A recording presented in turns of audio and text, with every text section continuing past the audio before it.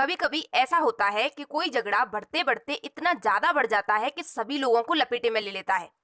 ऐसा ही कुछ हुआ था 1914 में, जब यूरोप की कुछ कंट्रीज में हुई लड़ाई बढ़ते बढ़ते इतनी बढ़ गई कि उसका इफेक्ट पूरे वर्ल्ड पर देखने को मिला और इसको वर्ल्ड वॉर फर्स्ट का नाम दिया गया। मेरा नाम है एकता शर्मा और आज के वीडियो में हम वर्ल्ड वॉर फर्स्ट के बारे में जानेंगे। हम जानेंगे कि इसमें क्या हुआ, क्या क्या इंसिडेंट हुए और इनका इम्पैक्ट क्या रहा।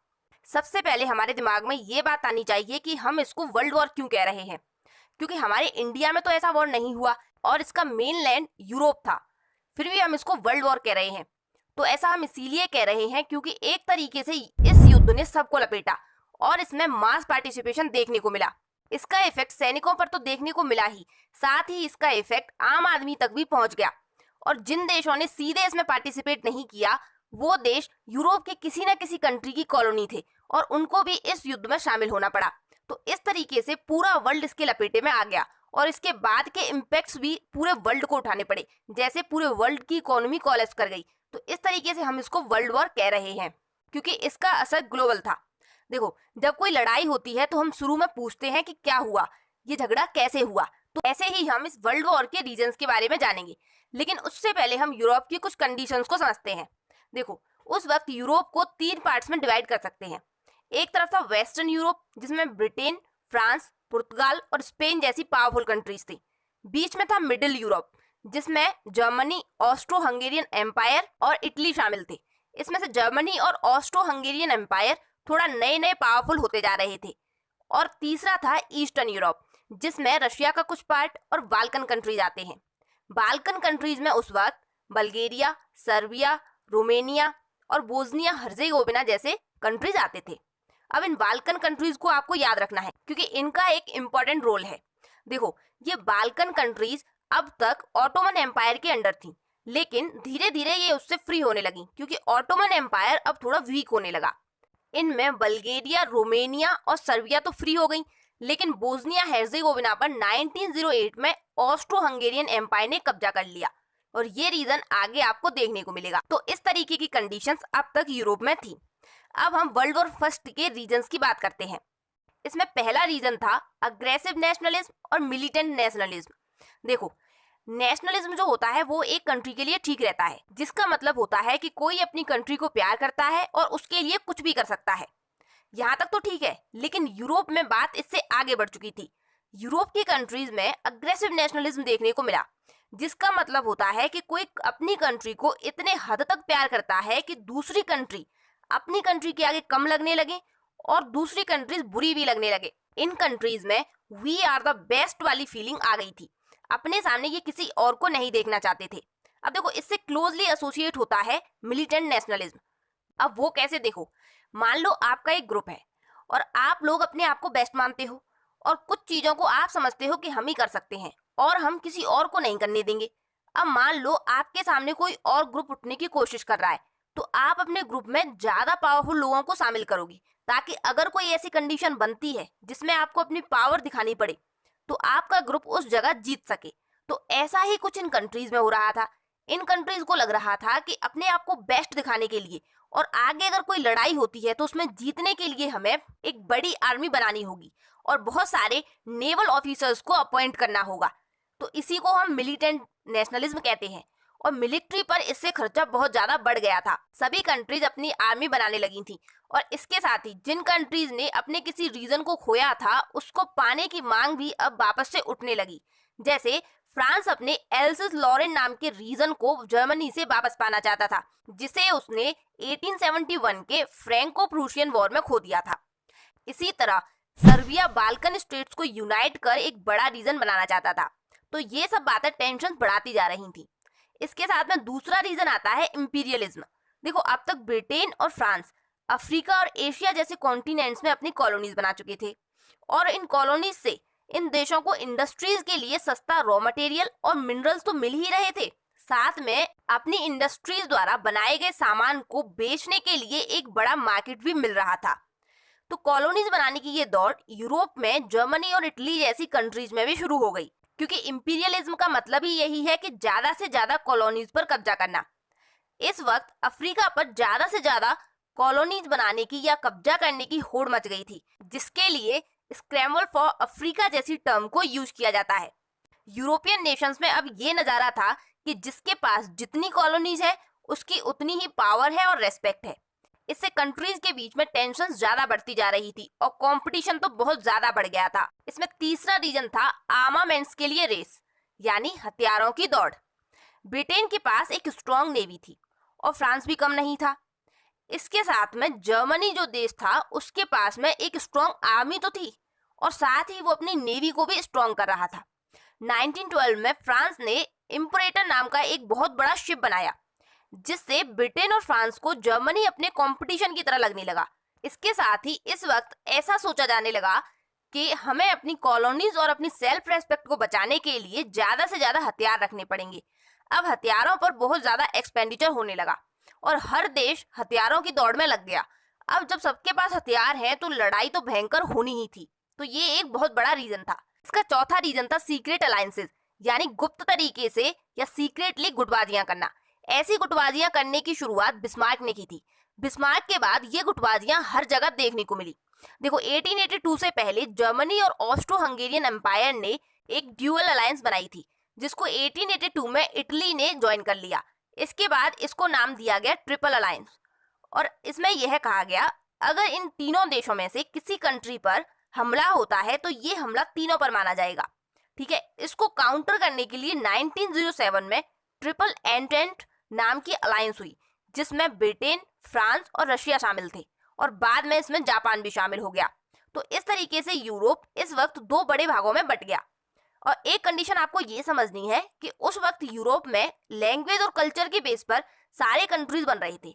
जैसे जिस देश में जर्मन लोग थे या जर्मनी बोलने वाले लोग थे वो जर्मन एम्पायर बना और इसके साथ में फ्रेंच बोलने वाले लोग फ्रांस में शामिल हो गए। इसी तरीके से लैंग्वेज के बेस पर एम्पायर बन रहे थे। इसी तरीके की एक कम्युनिटी थी स्लेविक कम्युनिटी, जो कि ज्यादातर बाल्कन कंट्रीज में थी और ये अपनी कम्युनिटी को यूनाइट करके एक कंट्री बनाना चाहते थे। लेकिन मैंने बताया कि पहले इन पर ऑटोमन एम्पायर का कब्जा था। जब ये ऑटोमन एम्पायर से फ्री हुए तो इनमें से बोस्निया हेर्जेगोविना पर ऑस्ट्रो हंगेरियन एम्पायर ने कब्जा कर लिया और ये कब्जा 1908 में सबके सामने आ गया। इसके बाद ये एक टेंशन का पॉइंट बन गया। कैसे तो समझो। देखो बाल्कन कंट्रीज में स्लेविक कम्युनिटी ज्यादा थी। इसमें से एक देश था सर्बिया, जिसमें सबसे ज्यादा स्लेविक कम्युनिटी के लोग थे। ये चाहते थे कि स्लेविक्स को इकट्ठा करके हम एक फ्री कंट्री बनाएं और ऑस्ट्रो हंगेरियन एम्पायर ये चाहता था कि मैं बोस्निया को अलग ना होने दूं। बाकी के बाल्कन कंट्रीज पर भी उसकी नजर थी। उधर रशिया भी बाल्कन कंट्रीज को खुद के साथ रखकर अपने इंटरेस्ट को सिक्योर करना चाहता था। रसिया के यहाँ दो इंटरेस्ट थे। एक तो ये कि रसिया में कुछ स्लेविक कम्युनिटी के लोग थे, तो इस तरीके से वो सोच रहा था कि ये कंट्रीज उसके साथ मिल जाएंगी और दूसरा ब्लैक सी से होते हुए मेडिटेरियन सी तक जाने का रास्ता भी खुल जाएगा। और अगर बाल्कन कंट्रीज की सुने तो वो इंडिपेंडेंट रहना चाहती थी। तो देखो यहाँ तक हमने देखा कि मामला बहुत आगे बढ़ गया है और इस मामले को वर्ल्ड वॉर तक ले जाने के लिए जो इंसिडेंट इमीडिएट कॉज बना वो था आर्च ड्यूक फ्रांसिस फर्डिनेंड का मर्डर। ऑस्ट्रो हंगेरियन एम्पायर का प्रिंस था फर्डिनेंड। वो अपनी वाइफ सोफी के साथ नए कब्जे में लिए गए बोस्निया में विजिट करने जाता है और इसके गुप्तचर इसको बोलते हैं कि आपको वहां नहीं जाना चाहिए, लेकिन ये उनकी सुनता नहीं है। तो बोस्निया की कैपिटल सारायेवो में ये विजिट करने जाता है। अब गुप्तचरों ने इस वजह से मना किया क्योंकि यहाँ पर रिवॉल्यूशनरीज बहुत ज्यादा बढ़ चुके थे, जो कि बोस्निया को ऑस्ट्रो हंगेरियन एम्पायर से फ्री करवाकर एक स्लेविक कंट्री या फिर कहें एक सिंगल सर्बियन स्टेट बनाना चाहते थे।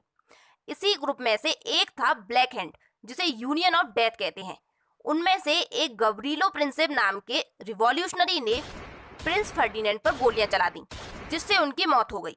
अब इस ग्रुप को सर्बिया भी सपोर्ट कर रहा था, तो ऑस्ट्रो हंगेरियन एम्पायर ने सर्बिया को इसका दोषी माना और सर्बिया पर कब्जा करने का ये एक अच्छा मौका भी समझा गया। ऑस्ट्रो हंगेरियन एम्पायर ने 11 डिमांड्स का एक अल्टीमेटम सर्बिया को दिया। इन 11 डिमांड्स में से कुछ डिमांड्स को सर्बिया ने मान लिया, लेकिन सर्बिया ने इसमें से कुछ मांगों को नहीं माना, जिनमें ये लिखा था कि सर्बिया सरेंडर कर दे और ऑस्ट्रो हंगेरियन एम्पायर का पार्ट बन जाए। इन मांगों को ना मानने की वजह से ऑस्ट्रो हंगेरियन एम्पायर ने सर्बिया पर अटैक करने की सोची। इससे पहले उन्होंने जर्मनी से भी इस बारे में पूछा, तो जर्मनी ने सर्बिया पर अटैक करने का सपोर्ट किया और बोला कि हम आपके साथ हैं, आपको जो करना है वो करो। इसके बाद 28 जुलाई 1914 को सर्बिया पर ऑस्ट्रिया ने अटैक कर दिया और वर्ल्ड वॉर फर्स्ट की शुरुआत हो गई। रशिया ने सर्बिया का साथ दिया तो 1 अगस्त 1914 को जर्मनी भी इसमें कूद पड़ा और उसने रशिया के खिलाफ वॉर डिक्लेयर कर दी। इधर रशिया के साथ फ्रांस भी आ गया और जर्मनी ने फ्रांस पर अटैक करने से पहले बेल्जियम पर अटैक किया ताकि फ्रांस तक आसानी से पहुंचा जा सके। लेकिन बेल्जियम ब्रिटेन के साथ 1839 में ट्रीटी ऑफ लंदन करके बैठा था, जिसमें यह था कि अगर कोई बेल्जियम पर अटैक करेगा तो ब्रिटेन पर अटैक माना जाएगा। तो ब्रिटेन भी इस लड़ाई में कूद पड़ा और 4 अगस्त को ब्रिटेन ने जर्मनी के खिलाफ वॉर डिक्लेयर कर दी। एशिया में जर्मनी की टेरिटोरीज पर कब्जा करने के लिए जापान ने जर्मनी के खिलाफ वॉर डिक्लेयर कर दी। इसके बाद टर्की यानी ऑटोमन एम्पायर, जो कि रशिया से पुरानी दुश्मनी लिए बैठा था, वो भी वॉर में शामिल हो गया और वो भी जर्मनी की साइड से शामिल हुआ। इसके साथ में बल्गेरिया भी जर्मनी की साइड से शामिल हुआ। अब एक कंट्री बचा इटली, जो कि पहले न्यूट्रल था और ये देख रहा था कि क्या चल रहा है, और इटली ट्रिपल अलायंस का पार्ट था तो इस नाते उसे जर्मनी की साइड में होना चाहिए था। लेकिन इटली ने लास्ट में अपनी पार्टी बदल दी क्योंकि उसने सोचा कि अगर ऑस्ट्रिया जीत जाता है तो इतना लेट शामिल होने के लिए उस पर आरोप लगाया जाएगा और अगर ये हार जाते हैं तो भी उसको भुगतान करना पड़ेगा। तो इटली ने ट्रिपल अलायंस को तोड़कर जर्मनी पर वॉर डिक्लेयर कर दिया। तो इस तरीके से दो ग्रुप सामने आए। एक था अलाइड ग्रुप, जिसमें शामिल थे Britain, France, Russia, Japan, Italy और बाद में यूएसए भी आ गया। यूएसए शुरुआत में शामिल नहीं होता है बल्कि वो लास्ट में आता है, ठीक है, लेकिन आता है अलाइड ग्रुप की तरफ। दूसरा ग्रुप था सेंट्रल पावर्स। इनको सेंट्रल पावर्स इस वजह से बोल रहे हैं क्योंकि यूरोप में इनकी जो पोजीशन है वो सेंटर में है। इस सेंट्रल पावर्स में Germany, Austro Hungarian empire, Bulgaria, Ottoman empire ये शामिल थे। तो इन दोनों के बीच में फर्स्ट वर्ल्ड वॉर हुआ। यहाँ से आगे हम फर्स्ट वर्ल्ड वॉर के इंसिडेंट के बारे में पढ़ेंगे, लेकिन आज की वीडियो में हम यहीं तक करते हैं। अगर कुछ समझ में ना आए तो कमेंट सेक्शन में पूछना, मैं आंसर करूंगी। आज की वीडियो में इतना ही। यहाँ तक हम वर्ल्ड वॉर के दो ग्रुप्स के बारे में जान चुके हैं, जिसमें से पहला ग्रुप था अलाइड ग्रुप, जिसमें शामिल थे Britain, France, Russia, Japan, Italy और यूएसए। यूएसए कैसे आया ये हम आज देखेंगे। और दूसरा ग्रुप था सेंट्रल पावर्स, जिसमें शामिल थे जर्मनी, ऑस्ट्रिया हंगरी, बुल्गारिया और ऑटोमन एम्पायर। आज हम फर्स्ट वर्ल्ड वॉर के मेन इवेंट्स के बारे में बात करेंगे। इसके मेन इवेंट्स पे जाने से पहले हमें दो बातों के बारे में जानना बहुत ज़रूरी है। पहली बात ये कि इन देशों को ये बिल्कुल अंदाजा नहीं था कि ये वॉर इतना आगे तक चला जाएगा, क्योंकि ऑस्ट्रिया सोच रहा था कि सर्बिया से लड़ूंगा और उसे हराकर कुछ युद्ध होंगे और बात खत्म हो जाएगी। और जर्मनी को भी यही लग रहा था कि मान लिया अलाइड पावर्स में एक तरफ फ्रांस तो दूसरी तरफ रशिया है, लेकिन उसने सोचा कि मैं बेल्जियम में से होकर फ्रांस पर पहले अटैक करूंगा और तब तक रशिया अपने सैनिक जमा कर पाएगा, क्योंकि रशिया एक बहुत बड़ा रीजन था और रशिया इंडस्ट्रियल तरीके से बहुत ज़्यादा डेवलप भी नहीं था, तो उसको इतने बड़े एरिया में से अपनी सेना को जुटाने में काफ़ी टाइम लगेगा। तो जर्मनी ने सोचा कि पहले फ्रांस को हराकर फिर दूसरी साइड में मतलब ईस्ट में आकर रशिया को हरा दूंगा और इस तरीके से युद्ध खत्म हो जाएगा, लेकिन ऐसा कुछ भी नहीं हुआ। और दूसरी बात इसमें ये जानना जरूरी है कि आप लोग सोच रहे होंगे इतने बड़े लेवल के वॉर में लोगों ने आना एक्सेप्ट कैसे किया या फिर लोग आने के लिए राजी कैसे हो गए। तो देखो, इन देशों में एक एजेंडा चलाया गया, एक तरीके का प्रोपेगेंडा कि आप लोग अपनी कंट्री को बचाने के लिए इस वॉर में आओ और वॉर में शामिल होना आपके लिए एक प्राइड की बात होगी। सब जगह यही बातें छापी जा रही थी। न्यूज़पेपर्स ने इसमें काफ़ी इंपॉर्टेंट रोल प्ले किया। न्यूज़पेपर्स में इस बात को बढ़ा चढ़ाकर बताया जा रहा था कि वॉर में जाना एक प्राइड की बात है। तो इस तरीके से बहुत ज़्यादा लोग इसमें इकट्ठा हो गए, तो खुशी खुशी इस वॉर में शामिल होने के लिए गए, लेकिन बाद में उनके सारे भ्रम टूट गए। चलो अब देखते हैं कि इस वॉर में हुआ क्या क्या। प्लान के अकॉर्डिंग जर्मनी ने पहले बेल्जियम से होते हुए फ्रांस पर अटैक किया, यानी पहले वेस्टर्न फ्रंट पर जर्मनी ने हमला किया। जर्मनी ये सोच रहा था कि यहाँ कुछ ही वक्त में निपटकर मैं दूसरी साइड यानी ईस्टर्न फ्रंट पर चला जाऊंगा, लेकिन ये प्लान यहाँ फेल कर गया और जर्मनी को बेल्जियम में ज़्यादा टाइम लग गया। और फिर वहाँ एक इम्पॉर्टेंट बैटल होती है जिसका नाम है बैटल ऑफ मार्न। इस बैटल को आपको याद रखना है। इस बैटल में एक साइड में जर्मनी और दूसरी साइड में फ्रांस और ब्रिटेन थे। इसमें फ्रांस और ब्रिटेन की जीत हुई। इसमें जर्मनी को तगड़ी टक्कर मिली। इसके बाद यहाँ से ट्रेंच वॉरफेयर की शुरुआत होती है। ट्रेंच वॉरफेयर को फर्स्ट वर्ल्ड वॉर में पहली बार यूज किया गया था। इसमें सैनिक एक खड्डा खोदते थे और उसी में रहने लगते थे, क्यों? क्योंकि मशीन गन्स और तोपों के आगे ग्राउंड पर रहकर लड़ना बहुत डिफिकल्ट था। इसीलिए उन्होंने ट्रेंच खोदे, यानी खड्डे खोदे, और उनमें वो रहने लगे। वहीं से अटैक किया जाता था। इन ट्रेंचेस में सैनिकों की जिंदगी नर्क थी, क्योंकि आप सोचो, जमीन पर गड्ढा खोदकर उसमें रहना, वहीं से अटैक करना, और सारी सीजन्स में उसी गड्ढे में रहना, समर, विंटर, स्नोफॉल, सब कुछ वहीं रहते हुए सहना, उसी में खाना, रहना, ये सब बहुत डिफिकल्ट था। सैनिक वॉर छोड़कर जा भी नहीं सकते थे, क्योंकि जो जाने के लिए कोशिश करता उसको मार दिया जाता था। अब देखो, ये ट्रेंचेस दोनों साइड में खोदे गए थे, तो इस वजह से बहुत ज्यादा लैंड गेन नहीं हो पा रहा था। मतलब जहां ये लोग थे वहीं के वहीं रहे। सेनाएं 1 या 2 माइल तक एरिया जीत पा रही थी। इसके साथ ही इन ट्रेंचेस में चूहे भी पनप गए, जिससे कई सैनिक बीमारी की वजह से मारे जाने लगे, और जर्मनी की तरफ से इसमें जहरीली गैस का भी यूज किया जाने लगा। हम कह सकते हैं कि सैनिकों को यहाँ खुले में मरने के लिए छोड़ दिया गया था। अब देखो, मैंने बताया कि पहले जर्मनी ने ये सोचा था कि वो फ्रांस को हराकर जल्दी से ईस्टर्न फ्रंट पर आ जाएगा, लेकिन जर्मनी को वेस्टर्न फ्रंट में टाइम लग गया। इस टाइम का फायदा रशिया को हुआ। उसने अपनी सेना को तैयार कर लिया और ईस्टर्न फ्रंट पर लड़ने के लिए आ गया। देखो, शुरुआत में तो जर्मनी और ऑस्ट्रिया हंगरी एम्पायर की कंडीशन काफी सही थी। वो रशिया की कुछ टेरिटोरीज पर भी कब्जा करने में सक्सेसफुल रहे, और इसके साथ ही सर्बिया, इटली और रोमेनिया के खिलाफ भी इनकी कंडीशन ठीक रही। लेकिन धीरे धीरे जर्मनी अब दोनों तरफ से घिरता जा रहा था। ऑटोमन एम्पायर पर भी अटैक होने शुरू हो गए थे।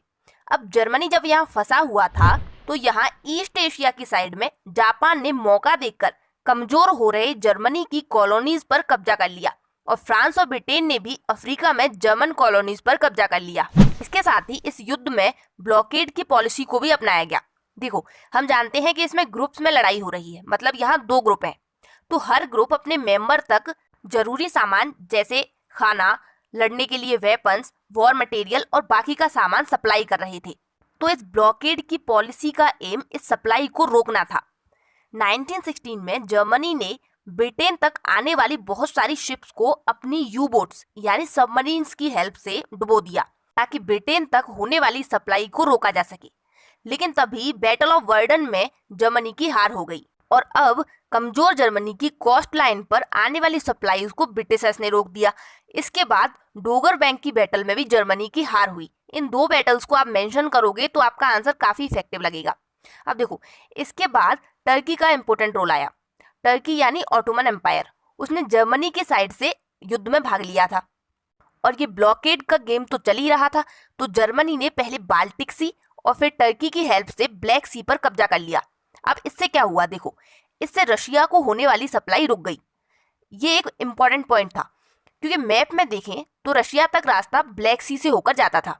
यहाँ से सप्लाई को टर्की की हेल्प से बंद कर दिया गया, और ऊपर बाल्टिक सी से होने वाली सप्लाई को जर्मनी ने रोक दिया, और इससे ऊपर आर्कटिक ओशन से सप्लाई करना पॉसिबल नहीं था। तो इस तरीके से अलाइज अब रशिया तक किसी भी तरीके की सप्लाई नहीं कर पा रहे थे, जिसकी रशिया को सख्त जरूरत थी। क्यों? क्योंकि मैंने पहले बताया कि रशिया इंडस्ट्रियल तरीके से इतना डेवलप नहीं हुआ था, और यहाँ हथियारों की भी कमी थी। अब पता है, रशिया में हालात ये थे कि निहत्थे सैनिकों को, यानी बिना किसी हथियारों के सैनिकों को युद्ध में छोड़ा गया था। और हालत ये थी कि आगे आने वाली सैनिकों की लाइन के पास तो हथियार थे या गन्स थी, और उसके पीछे सैनिक, उनके पास गन्स नहीं थी। जब आगे का सैनिक मर जाता था तो पीछे वाला सैनिक उस सैनिक की गन को लेकर लड़ने लग जाता था, और सप्लाई न होने की वजह से रशिया की हालत और भी ज्यादा बदतर होती गई, और वहां बहुत सारे सैनिक मारे जाने लगे। बाद में टर्की पर ब्रिटिश इंडियन आर्मी की हेल्प से अटैक किया गया, जिससे 30 अक्टूबर 1918 को टर्की ने सरेंडर कर दिया। देखो, ये डेट बाद में आएगी, लेकिन मैंने यहाँ इसको इस वजह से मेंशन किया है ताकि आप यहाँ कनेक्ट कर पाओ। इस डेट को हम बाद में फिर से जानेंगे, ठीक है। अब इस वॉर में एक मेन इंसिडेंट था अमेरिका की एंट्री। अमेरिका अभी तक शामिल नहीं हुआ था। अब देखते हैं कि अमेरिका कैसे शामिल हुआ। देखो, मैंने बताया कि जर्मनी अपनी यू बोट्स या सबमरीन के जरिए ब्रिटेन की सप्लाईज कट करने की कोशिश कर रहा था। तो ब्रिटेन की तरफ जो भी शिप आते थे उन्हें जर्मनी डुबो देता था। अभी तक जर्मनी से वॉर से रिलेटेड शिप्स को डिस्ट्रॉय कर रहा था, लेकिन अब जर्मनी ने यह धमकी दी कि किसी भी तरीके का शिप, चाहे वॉर से रिलेटेड हो या फिर पैसेंजर्स का हो, ब्रिटेन की तरफ आएगा तो उस शिप को भी डिस्ट्रॉय कर दिया जाएगा। लेकिन उसकी धमकी को ज्यादा सीरियसली नहीं लिया गया, और जर्मनी ने एक ब्रिटिश पैसेंजर शिप लुसिटेनिया पर अटैक कर दिया, जिसमें 1153 पैसेंजर्स की डेथ हो गई। इसमें से 128 अमेरिकन थे। बस यहाँ से अमेरिका का गुस्सा भड़क गया।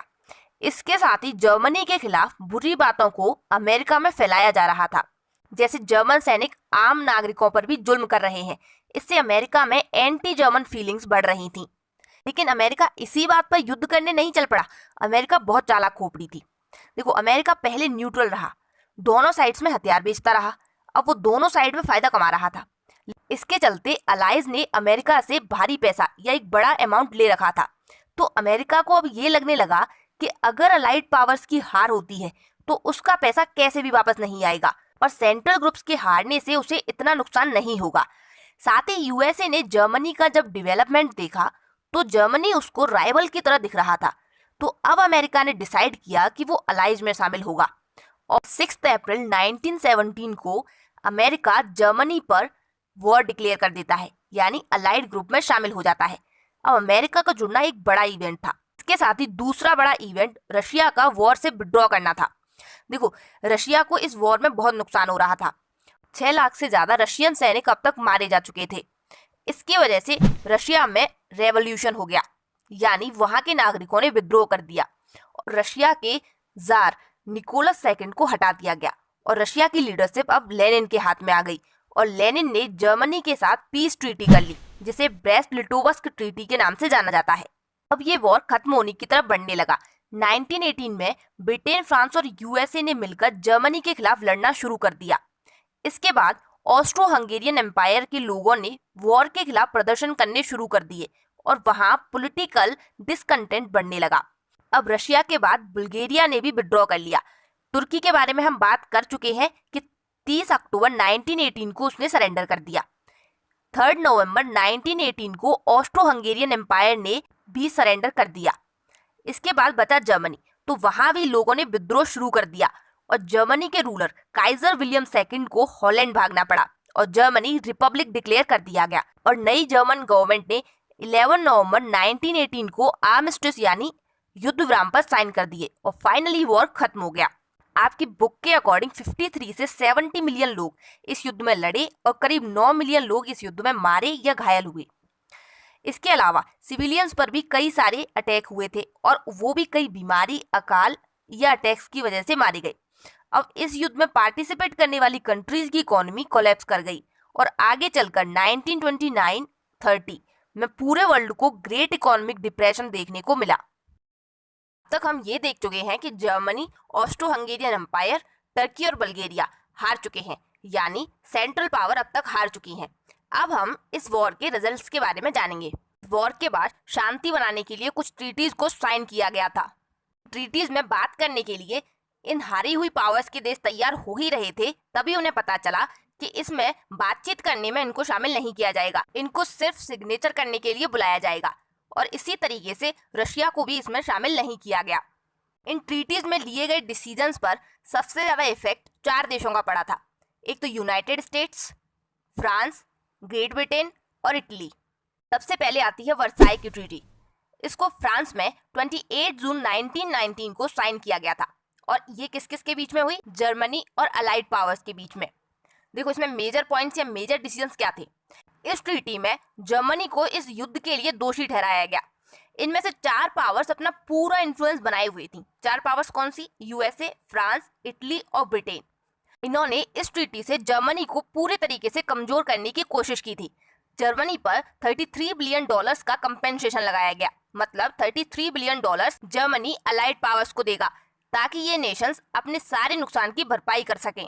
जर्मनी की राइन वैली को बफर स्टेट बनाया गया, मतलब वो स्टेट जहां आपको हमेशा शांति बना करके रखनी है, और वहां सेना को रखना बैन कर दिया गया। राइन वैली के वेस्ट की टेरिटरी पर 15 साल के लिए अलाइड ग्रुप्स का कब्जा हो गया, यानी 15 साल के लिए वो एरिया अलाइड ट्रूप्स के कब्जे में रहेगा। फ्रांस ने भी इस ट्रीटी के थ्रू अपनी मनमानी की। फ्रांस का एक एरिया एल्सेस लॉरेन, जिसके लिए फ्रांस की आत्मा बहुत टाइम से तरस रही थी, उसको भी उसने जर्मनी से छीन लिया, यानी ये एरिया फ्रांस को दे दिया गया। और स्क्लेस्विंग नाम का एरिया डेनमार्क को दे दिया गया। तो इस तरीके से जर्मनी को कई पार्ट्स में तोड़ा जा रहा था, ताकि जर्मनी फिर से कभी खड़ा ना हो सके। इसके साथ ही जर्मनी के बहुत ज्यादा इंपॉर्टेंट सिटीज सार और डेंजिंग, इनको भी उनसे छीन लिया गया। उन्हें लीग ऑफ नेशंस के एडमिनिस्ट्रेशन के अंडर रखा गया, और सार के कोल माइंस को, जो कि काफी इंपोर्टेंट थी, उनको 15 साल के लिए फ्रांस को दे दिया गया।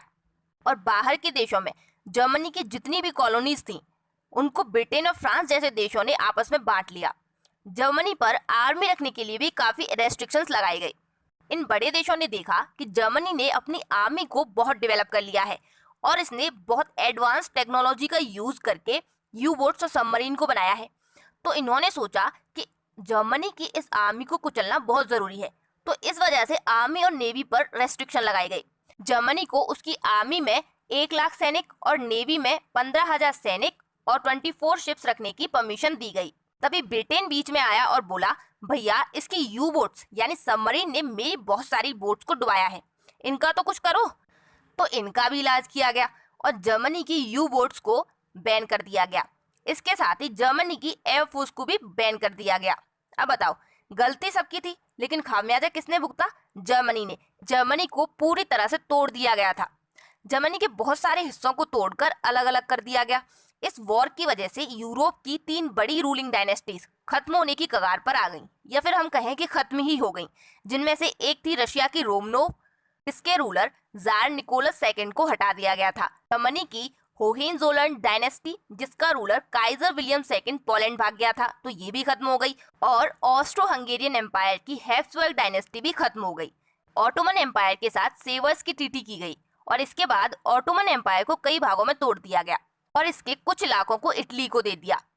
इसके साथ ऑस्ट्रो हंगेरियन एम्पायर के साथ में 10 सितंबर 1919 को अलाइज ने सेंट जर्मेन की ट्रीटी की, जिसके बाद ऑस्ट्रो हंगेरियन एम्पायर को तोड़कर ऑस्ट्रिया, हंगरी, चेकोस्लोवाकिया और यूगोस्लाविया जैसे सेपरेट स्टेट्स को बनाया गया और इसका कुछ भाग पोलैंड को भी दे दिया गया। इस सब उथल पुथल से हमारे सामने कुछ इंडिपेंडेंट स्टेट्स और आए, जैसे फिनलैंड, एस्टोनिया, लाटविया और लिथुआनिया। एस्टोनिया, लाटविया और लिथुआनिया, इनको बाल्टिक कंट्रीज भी कहा जाता है। इस युद्ध के बाद सबने सोचा कि इंटरनेशनल स्टेज पर ऐसा कोई ऑर्गेनाइजेशन नहीं था जो ऐसा युद्ध होने ना दे, तो ऐसा युद्ध दोबारा होने से रोकने के लिए एक इंटरनेशनल ऑर्गेनाइजेशन बनाने का डिसीजन लिया गया और ये ऑर्गेनाइजेशन यूएसए के प्रेसिडेंट वुडरो विल्सन के 14 पॉइंट प्रोग्राम के बेस पर बनाया गया, जिसको हम लीग ऑफ नेशंस के नाम से जानते हैं। अब हम लीग ऑफ नेशंस के कुछ एम्स को देखते हैं। सबसे पहला एम ये था कि कोई भी अब से सीक्रेट ट्रीटीज नहीं करेगा, क्योंकि ये सीक्रेट ट्रीटीज या अलायंसेज ही सारे फसाद की जड़ थी। तो ना रहेगा बांस ना बजेगी बांसुरी। दूसरा, कोई देश दूसरे देश पर कब्जा करने की कोशिश नहीं करेगा, मतलब कोई दादागिरी नहीं करेगा और दूसरी कंट्री की इंडिपेंडेंस की रेस्पेक्ट की जाएगी। तीसरा, अगर 2 देशों के बीच में कोई डिस्प्यूट होता है यानी झगड़ा होता है, तो वो दोनों देश अपनी पंचायती ना करें, उसको लीग ऑफ नेशंस के सामने लाएं और लीग ऑफ नेशंस उस झगड़े को सुलझाने में उन कंट्रीज की हेल्प करेगा। चौथा ये कि अगर कोई दुनिया की शांति को भंग करेगा तो फिर लीग के मेंबर नेशंस उसको मजा चखाएंगे यानी उसको रोकेंगे। पांचवा ये कि सभी देशों के बीच कल्चरल, सोशल, इकोनॉमिक कोऑपरेशन बनाने की कोशिश की जाएगी। देखो, ये तो वही बात हुई, 100 चूहे खाकर बिल्ली ... लेकिन जैसा सोचा गया वैसा हुआ नहीं। ये लीग ऑफ नेशंस तोप बनकर सामने नहीं आया, क्योंकि इसमें बड़ी बड़ी पावर्स ही शामिल नहीं थी, जैसे यूएसए कभी भी इसका पार्ट नहीं बना। और इसके बाद जर्मनी के साथ जो भी ज्यादती की गई थी उसका बदला लेने के लिए हिटलर आया। मतलब इन ट्रीटीज में की गई गतिविधियों ने आगे चलकर एक बड़ी परेशानी को जन्म दे दिया, जिसे हम हिटलर के नाम से भी जानते हैं। और सारी घटनाएं होते होते सेकेंड वर्ल्ड वॉर तक चली गई। आई होप आपको ये चैप्टर समझ में आया होगा। अगर कुछ ना समझ में आए तो कमेंट करना, मैं आंसर करूंगी। आज की वीडियो में इतना ही।